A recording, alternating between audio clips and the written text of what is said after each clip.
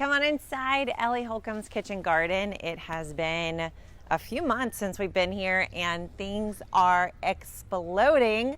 Come on inside. I'll show you everything that's growing this month and what we're going to do to get it ready for the fall and cool season ahead. So first up, we have this bed that is literally packed. We planted this. It has 4 obelisk trellises, a gazillion tomatoes. We have this beautiful salvia, these hot peppers.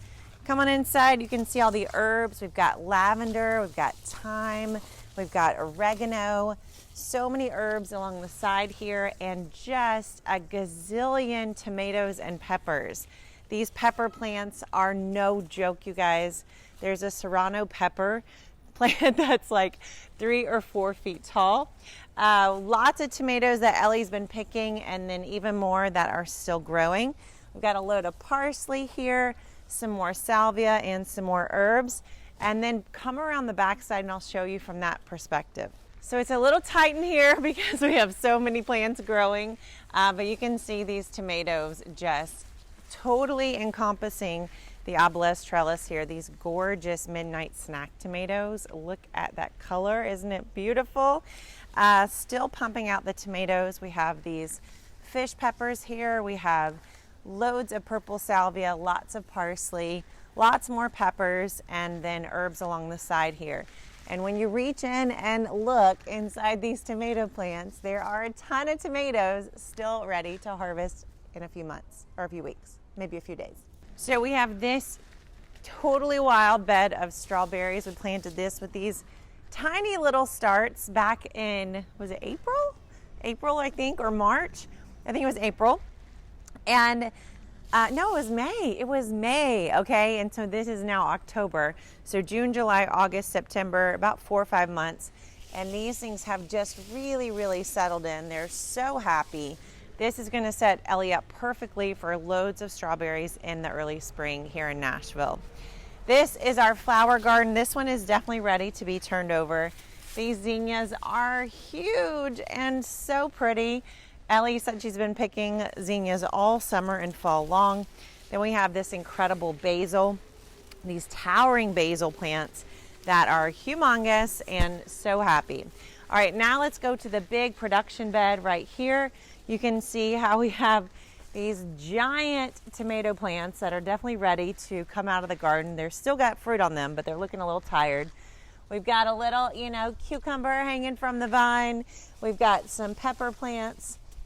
We've got more eggplant. You can see all these eggplants hidden back here.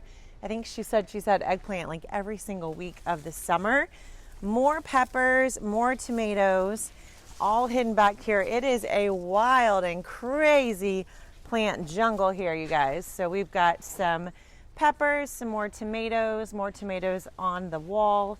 And then look at these eggplants. They are so happy. It's crazy. All right, we got some peppers here, a couple more eggplants, and then we're gonna finish up with some tomatoes. Oh, there's a happy bee. So you can see these tomatoes against the wall. See how we just pack in the plants? There's just so much you can grow in a space. Look at these peppers. Have you ever seen such happy peppers? I don't think so.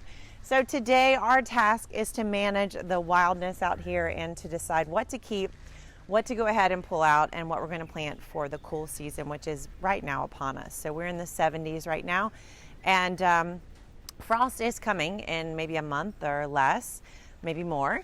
And so some of these things will be finished up, but it's hard to say goodbye. It's hard to take some of these plants out. So stay tuned. We'll walk you through everything we take out and replace, and clean this wild and beautiful place up for the coming season. All right, let's get started.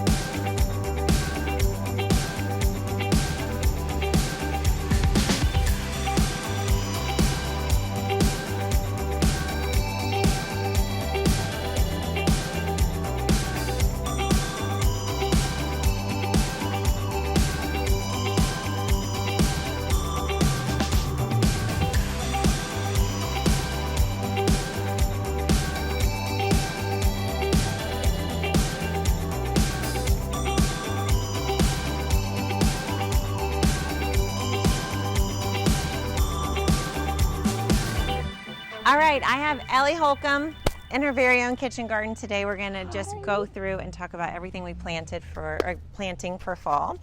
Tell everybody what you think about your summer garden. I am crazy about it. I love it so much. I think you asked me if I was glad that we planted more. Yes. And the answer is yes, because plant more, if things go wrong, there's margin for error. Yes, I love it. Which is really good for me. And then there's so much to share. So I've just been like, neighbors are coming by. We're dropping off flowers and tomatoes on people's porches. I love it. Awesome. Okay, so I'm going to tell you, we're going to keep a lot of things that are here already, but we're going to just try to just sneak a few new plants in here. Fun. So we're going to put some lettuces by seed underneath here under the shade. Yes. And then we'll also have peas that are going to come up around your trellis. Oh, good. Okay. So they're not going to have a lot of sun. They vine? They will vine. Okay, cool. So those are sugar snaps. So as soon as the tomatoes are done, we're going to get those out of the way to give the peas room. Okay. But do we have to worry at all when we're getting things out of the way if that's going to disrupt we'll things? just do peas like on this side of the trellises. Okay, so we're going to keep your herbs because they're doing so well. Yes. I highly recommend this fall harvest a ton of herbs and store them to dry, because then when the frost comes, you'll have all these great herbs. Winter's and coming. Little Christmas presents and things. So like your sage, your rosemary, the parsley I would use fresh, but look at all this parsley you have. I mean, you could make like chimichurri and store it. I love chimichurri. It's so good. And you have so much parsley. I mean, look, this is just one plant. I mean, you could make like cups, vatfuls of chimichurri. So I would do that because once we get a frost, they are frost hardy, but it's not going to be as good as it is right now. Okay. So make the most of your herbs. Harvest Harvest the parsley. the parsley and these stronger herbs. It's great to like hang and dry, and then you'll have a lot of herbs through the winter. So this bed, we did pull out some of your beloved zinnias and the basil. We're going to have, this is Toscano kale that's going to come up through the middle. Yes. Then we're going to have carrots on either side. And then we're going to have spring mix lettuce that'll be on the outside of the beds. That'll kind of go over. Yes, that's all going to be seeds. Awesome. Yes. Okay. Strawberries, we're just going to let do their magic, work their magic. What is their magic? Well, they're going to fruit in the spring, so Right. we're going to let them Look just at how stay. happy they are. They're so happy. And they're growing through my fence Yes. to the other side. Yeah, it's wild. I mean, these things are literally taking over your garden. It's crazy. So these beds are packed. We're going to do our best to Look at that pepper. I know, it's so pretty. You have so many pretty produce. In this back area, we're going to put some greens just in this extra little space. Perfect. And then we'll put some radishes here in the front. Okay. Those are going to take about 30 to 45 days. Okay. And then over here is our bigger space. So we put some kale back here. Yes. Then we're going to do spinach, and then we'll do radishes here as well. Oh, I love it. So, and then as these things all, when we get our first frost, then we can kind of strip down the garden and move everything to be cold season. Okay, so tell everybody before we go. Yeah. Can you give us 3 tips on gardening that you've learned this summer? Okay, yes. Plant more than you think you need. I used to plant like in a 4x4 2 tomato plants, and then if something happened, which something usually did, like I forgot to water them, I only had a couple tomatoes. But if you plant a lot, I don't know, it's just thrived. And I think they feed off of each other. I've never had this much production, so I feel like more is better. More is more. The second thing that I would say that I've learned that I feel like is, I don't know if this is a tip, but it just has been good for me, is that the plants let you know when they're finished. And leaves let you know. Like you were saying earlier, I learned this today from the garden friend, which is what my children call. But that plants use the leaves that they need, and then they let go of the things that have served their purpose. And so I think that's just like a good general rule, because sometimes I'm like, I don't know what to prune, but if something's looking like it needs to let go, take it out. Help it on. Yeah. Help it on out the door. Yeah. And so that's good for my life. Yeah. You know, like the things that are not helping you grow, let them go. And then number 3, I think that I would say, well, this was another conversation that we had, but I didn't really know how important bees were. And I think this goes back to the variety, but I knew in my head bees are important, but all bugs, like you were saying, that like bugs are actually really good.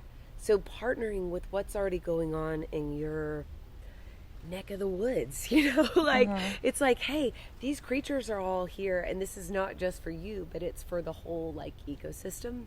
That feels really cool to me, to be a part of like, I don't know, like cultivating what works and what's good for not just you, but birds and bees and bugs and squirrels. Okay, so number 1, plant more. More is more. More is more. Number 2 was let it go if it's not helping you grow. It's not helping you grow. Number 3, don't fear the bees. Yeah.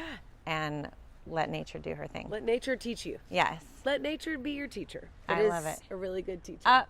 We have someone getting some of the tomatoes across the fence. Yeah. I love it. Well, My you fellow gardener are back there. my hero. You're literally living in this gorgeous food jungle in the middle of Nashville. I know, I love it. You've turned this spot that could just be grass or dirt into this like paradise. It's really awesome. It's really sweet. Yeah. We're dancing with bees in here. So you guys take a note from Ellie, plant more, get rid of the stuff that's not helping you grow, and don't fear the bees. Nature's got this. Bees are your friends. Let's go. Nature's your teacher. Thanks for watching, you guys. Stay tuned to see what we harvest next time.